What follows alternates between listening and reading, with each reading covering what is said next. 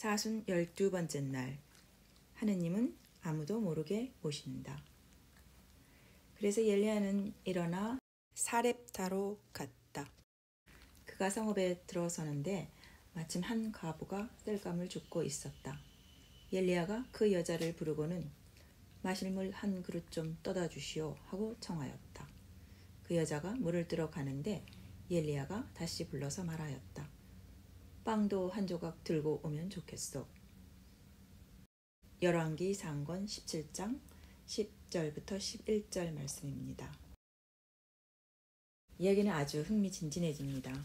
엘리야는 길을 떠나 사렙타로 적대적인 이방 지역으로 과부에게로 갑니다. 성문이 있을 정도로 큰 마을인 사렙타에서 과부를 어떻게 찾아야 할까요? 과부의 이름도 주소도 모르는데 엘리야가 아는 거라고는 하나님이 과부에게도 자신을 돌보라는 명령을 내렸다는 것뿐입니다. 이 지역은 엘리야의 하느님이 담당하는 구역이 아닌데도 말입니다. 이곳 사람들은 바알을 믿습니다.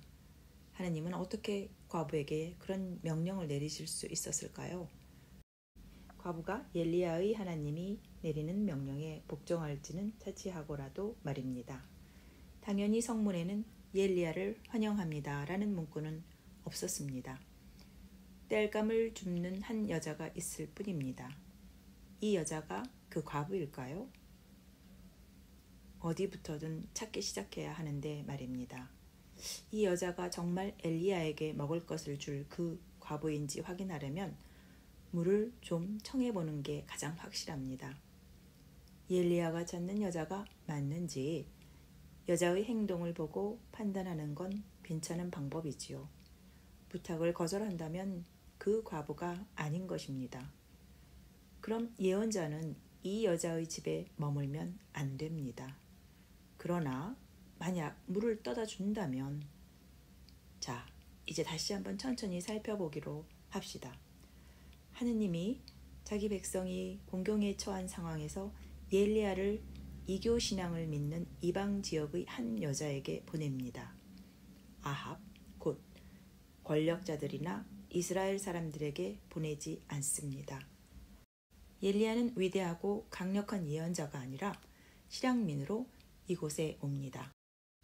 엘리야는 집도 없고 이때는 예언자로서의 임무도 없습니다. 엘리야는 가장 가난한 사람들에게로 아무도 모르게 옵니다. 이 이야기에 과부의 이름이 나오지 않는다는 건 이 여자가 오늘날의 우리까지도 포함한 모두를 대표한다는 뜻입니다. 하느님은 당신의 권능을 증명하기 위해 당신을 믿는 이들에게만 예언자를 보내지 않고 다른 신들을 따르는 사람에게도 보내십니다. 하느님이 이 여자에게 예언자를 돌보라는 당부의 편지를 보내시지 않은 건 분명합니다. 하느님은 당신의 뜻에 따라 움직이며 이름도 모르는 낯선 이에게 물을 떠다 줄 준비가 된 사람에게 오십니다. 엘리야에게 내린 하느님의 지시와 과부가 그를 돌보리라는 암시는 실은 반대로 이해할 수 있습니다. 내가 널 돌보라고 한 과부에게 명령했다. 사렙타에서 이 사실을 아는 사람은 전혀 없어 보입니다. 이 암시는 오히려 엘리야에게 향합니다. 이름 없는 낯선 사람인 너에게 물을 주고 인간적으로 대접할 준비가 된 사람을 찾아라.